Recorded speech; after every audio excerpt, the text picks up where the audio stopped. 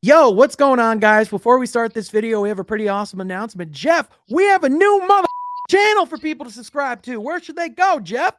Go to From Half Court Clips. And now, if you can't get enough of us already, check out the podcast, check out the videos, go to From Half Court Clips, check out individualized clips we are going to be taking from our pods, from our videos, all the juicy stuff, the things that matter, Sean. That's why you guys need to go and subscribe right now. Stop what you're doing, go check it out because it's the real Absolutely. If deal. you're ever thinking you're seeing too much of us, you don't want to hear us talk for an hour and a half, Never. go get it in bite-sized segments over at From Half Court Clips. Be sure you subscribe. But with that, let's get into the video. What is going on? I want to welcome you from Half Court for today, Monday, July 11th, aka the middle of NBA Summer League. I'm your host, John Murphy, alongside my guy, Jeff Iafrate. And Jeff, we are here to talk about just that. How are you doing today, my guy? I'm doing good. Fresh off game 2 of the Summer League, game 3 Tuesday, I believe. And I'm excited, man. I know Jaden Ivey went down. It scared me. It scared everyone. But again, it's an ankle injury. He'll be all right. And it's just fun to see the Pistons are 2-0 in Summer League. So they're playing well. Yeah, absolutely, man. Without a doubt. And earlier today, Jaden Ivey did tweet, none major, I'm good. So he will Good be news. okay. As far as whether or not he's going to be playing in the Summer League going forward, that remains to be seen. No reports, nothing about that just yet. However, I think if it's up to Jaden Ivey, he's going to be out there on the court. One thing I Yeah. took away from the Troy Weaver interview was how he was talking about how Jaden Ivey was fighting him in the back to get back into the action too. Like that's just the nature of who Jaden Ivey is. So Yeah. absolutely love that energy. But Jeff, there was an entire Summer League game beyond just that. And with that, we're a couple games into Summer League now. And let's start with the number one takeaway that came before tip off. And it was that Killian Hayes was not in the action. And this is something that a lot of people were not happy about. Now, when you first saw, Jeff, that Killian was going to be out for this game and probably for the rest of Summer League, what were your thoughts? And Mhm. where do you land now? I had mixed feelings. Part of me understands. I mean, he's in his third year, so I guess like in terms of just how long he's been in the league, I understand that. But if you're looking at Killian as a player, he needs these reps. I think it's so important to Right. him. Especially, we always talk about shooting the basketball. Like this is his time. Like look at Isaiah Stewart. Look what it's doing for him. I mean, just hit another 2 threes the other night. So I think for Killian, we'd all would love for him to be out there, but I mean, the Pistons kind of already hit on it as well. They expected him to be out there for the first game or 2 games, and then they were going to let Jaden Ivey and the guys go for the rest and just let them gain chemistry. I think they weren't too worried about Killian. They know kind of what he brings, but from a Right. Pistons fans perspective, like we know, just get him a little bit more reps. But again, they have a plan for him, so I'm not too Yeah. concerned about it. But yeah, it is disappointing. It Yeah, I is. think in the grand scheme of things, it's not entirely a big deal. Ultimately, it's Killian's decision. And Yeah. if him and the organization came to the agreement that he was going to play at least one game, come out there to practice, and for the rest of the time, just let the young guys get run, I totally understand that. But on the other hand, too, it does just feel like a missed opportunity, is I think the Right. better way to say it, because it is run for Killian without Sadiq and Cade on the court. And that's not something you can necessarily get all the time in the regular season. And so even though like he did have a good first game, kind of like what we said, it was like we were kind of hoping to see going forward some more of that assertiveness, some more of him, kind of taking the reins of the offense and getting a little assertion. But we didn't see that in Summer League. And now this just leaves the pressure to be on even more for Killian in the regular season because we didn't see it this last year. We didn't see it Right. his rookie year. We didn't see it in Summer League. You're going to have to see it at this point this season. Otherwise, he's going to have to either be really okay with coming back on a cheap deal and developing long term as a bench player, or he might have to find another place in the NBA. And I That's feel like just Isaiah Stewart's kind of going through something similar in terms of like he could be our bench player, but if he expands his game and you see him doing it in front of our eyes, being able to step out and hit that 3-point shot, the reps he's getting is going to help him in his career. Like Killian Hayes could go out there with a much more significant role, starting point guard, and have an impact and just build on his game, just gain confidence, all the other stuff. I mean, he makes the right play. He checks a lot of boxes, but like just like Isaiah Stewart, like he's a hell of a player, but he still is out there just getting reps, shooting threes. I feel like Killian could benefit from that. And to your point, the perfect way to describe it is a missed opportunity, really. I mean, Yeah. that's really all it is. I'm not like disappointed, but it's like, damn, you'd Yeah. like to see Killian out there playing with Jaden Ivey because those are going to be lineups that you're going to see in the regular season for sure. Yeah. But it's the contrasting attitude and the contrasting focus point, right? Because you talk about the Mhm. difference of Killian. He kind of goes in with that one game, does what he does. And then with Isaiah Stewart, let's talk about that. Because one thing I've taken away from the first 2 games of Summer League, it's clear that Detroit really sees a future with Jalen Duren and Isaiah Stewart being their front court going forward. And if Isaiah Stewart can hit the three, Mm. defensively, that is a top caliber front court, and the physicality that they're gonna be able to bring, I don't know if other teams in the Eastern Conference are gonna be able to match that as far as the intensity and the strength that both players have, because I just think I can't think of 2 guys that have that mentality paired together in the entire league. I can't. And so No. going forward, if Isaiah develops his shot and if Duren develops into that big that we hope he can be and that we think he can be, man, that is a honestly, man, I was watching it and it gave me flashbacks to Mahorn and to Mahorn and Lambeer in ways like just that, like, you're not going to push us around. We're going to be the ones that are going to be doing Dictating. that, like that Hell yeah. mentality and that kind of tandem. Man, gave me chills. No, it takes Isaiah Stewart up an entire level. Like to be able to hit threes, considering what he already brings defensively. I know offensively, like if he adds that in his arsenal, he becomes much more valuable. And then you could start him at the 4 and even put him at the 5 if you want to go even small ball lineups. If you can step out and hit that 3, you have 5 guys on the court that can space. And then you have Jaden Mhm. Ivey and Cade Cunningham who are going to be menaces in the half court, full court, creating opportunities. And Isaiah Stewart just looked confident, man, with his jump shot. And that makes me happy because coming out, you'd expect him to come slow. He just came out blazing. Like he was hitting. And then the second game, he followed up another 2 threes. Like, man, you got to give it. Same with Isaiah Livers, like another Yeah. guy that's going to earn a significant role too by just how well he's playing defensively and being able to hit 3-point shots. So the Pistons need shooting, Sean. We talk about that all the time. And Isaiah Stewart, the ability to add a 3-point shot, gotta Right. love it. Right. Just And we continue to can't grow his game. Yeah, and we can't predict that it's going to consistently fall in the NBA game yet, just because, let's be honest, when you see something in Summer League, you just can't say yet that that's going to transfer over. But what we can say and what we can look at is his form, is his Mhm. release, is the fundamentals, the actual mechanics behind the shot. And I love the mechanics and the reworking that they've Yeah. done. His release is so simple. It's so smooth. It's a fluid motion. He's quick from getting it from the catch to his release.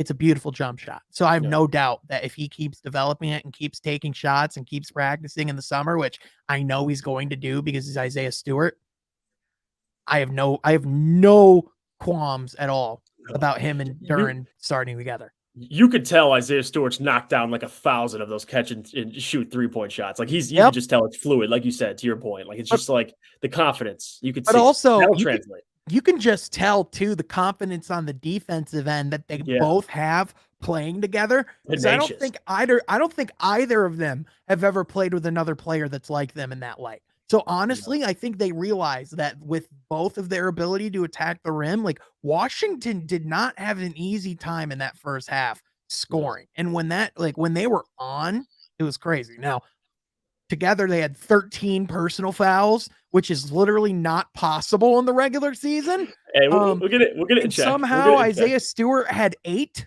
but that's a whole other thing. That's a whole other conversation. But Jeff, let's talk about Jaden Ivey. Even though he did get injured, those first 5 minutes, My God.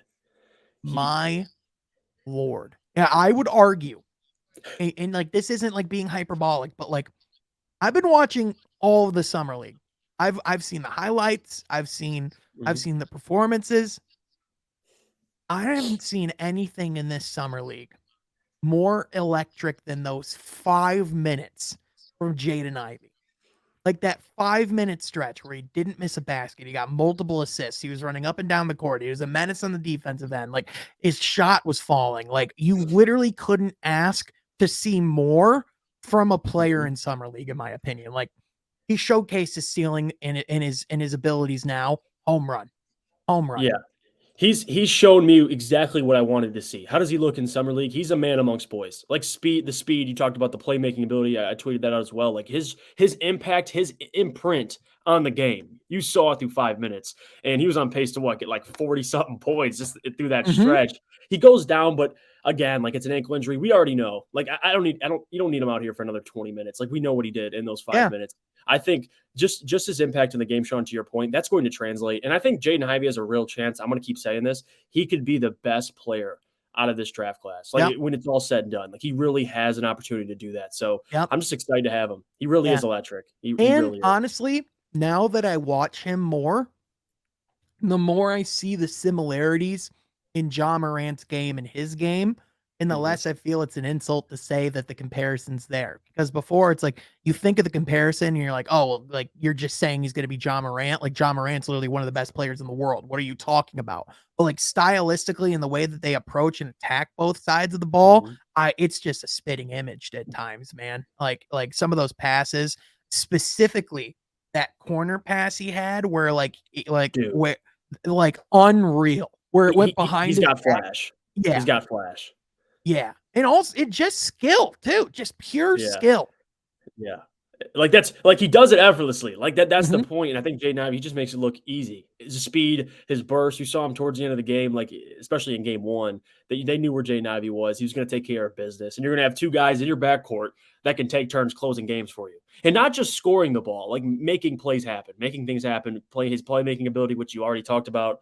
He just has defensively, I'm still going to say this. He's good defensively, but there is so much more there. Like 6'4" with a 6'10" wingspan. Like Ja Morant isn't even that big or has that type of wingspan. And I'm not trying to say, he's a bigger, better Ja Morant. We don't know this, but just physically, he's got all the tools to go do it. And I think he has a high enough motor. He's going to be out there and he's going to be causing havoc.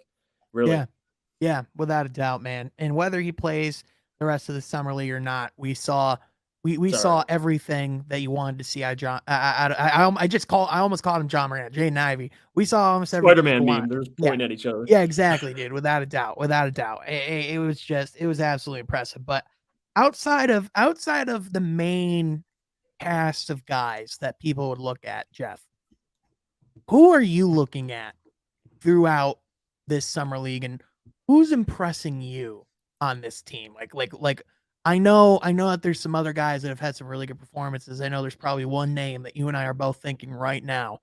But Jeff, tell me why Isaiah Livers has been so awesome this summer league. You hit it right on that, John. And we think similar too. Like you got to look at Isaiah Livers from his role coming into the regular season. He's going to be able to start at either forward positions. He's a defensive. He's really vocal on the floor. Like you listen to him on the floor. He's making sure guys are in line.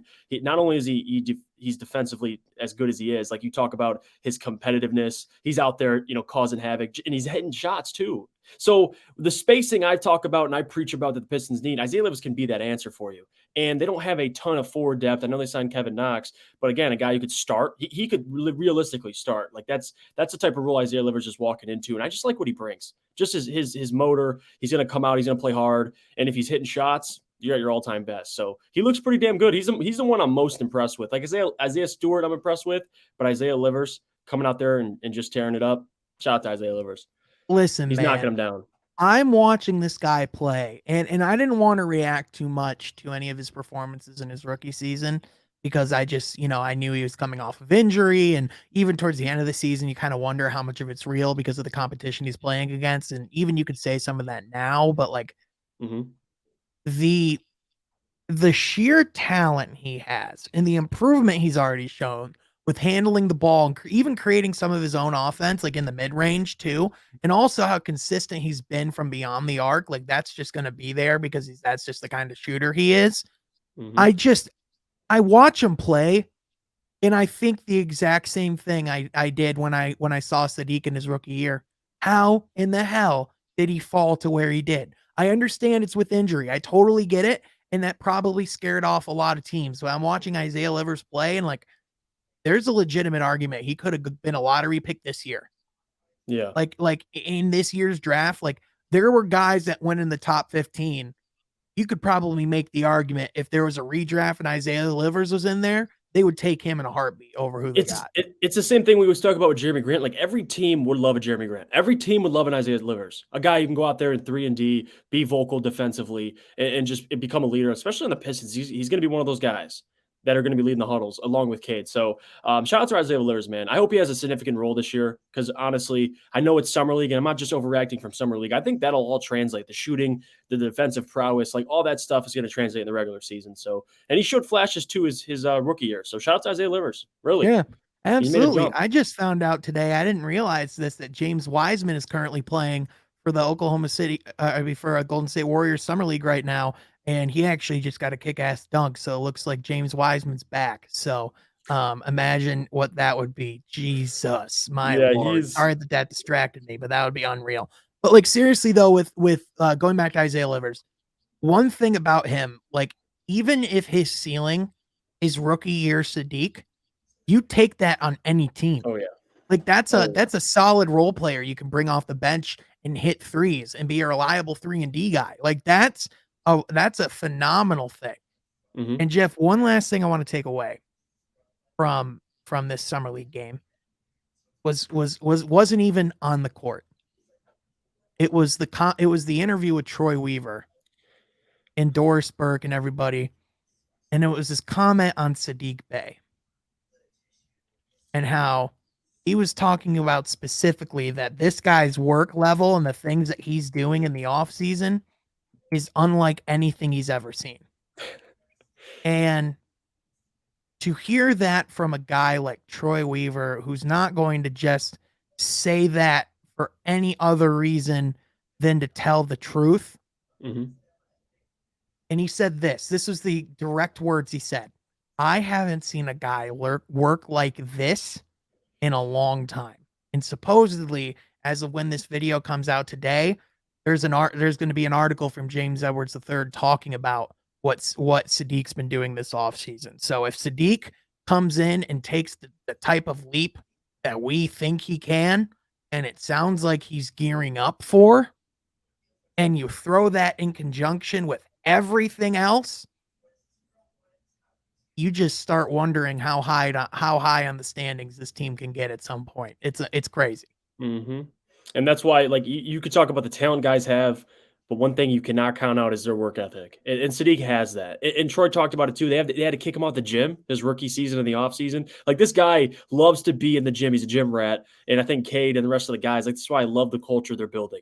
Guys, yeah, that's like almost everybody on the team. Like just about everybody you can look at is a gym rat. Like even Killian, like even though he's not in like the Summer League game, like everything we see about him is he just loves to be in the gym. That's his number one place. So like at the very least, all of these guys are working. And like I couldn't say that about our team a couple years ago. I couldn't say that about our team for years. So just the culture that we're building, man, it's unreal. Even like when Sekou, he was the youngest player in the draft when we drafted him a couple of years ago. Think of the difference in maturity and the way that they carry themselves between Jalen Duren and Sekou Ndombia. Just the mentality and how they carry themselves, night and day. Yeah, and I think some of that has to be attributed to Sadiq being in college a little longer than the rest. Like he comes in right away with the maturity. He knows what he has to work on, and he's a dog, and he's a gym rat. So he's got the skill set. I'm just excited to see him grow. I think he's poised for a breakout year. He really is, man. Like everyone talks about the backcourt. Don't forget about Sadiq, because if these guys are work at their best, Cade and Jaden, Sadiq is going to be knocking down 3-point shots and getting buckets. So I'm excited for Sadiq, man. I really am. Yeah, without a doubt. But the real question is, what do you think about how these guys play in the Summer League? Let us know in the comment section down below. But also, be sure to become a From Half Court member by clicking join down there as well. But with that, ladies and gentlemen, I want to thank you all so much for tuning in, and we will catch you guys next time from Half Court. Be sure to subscribe.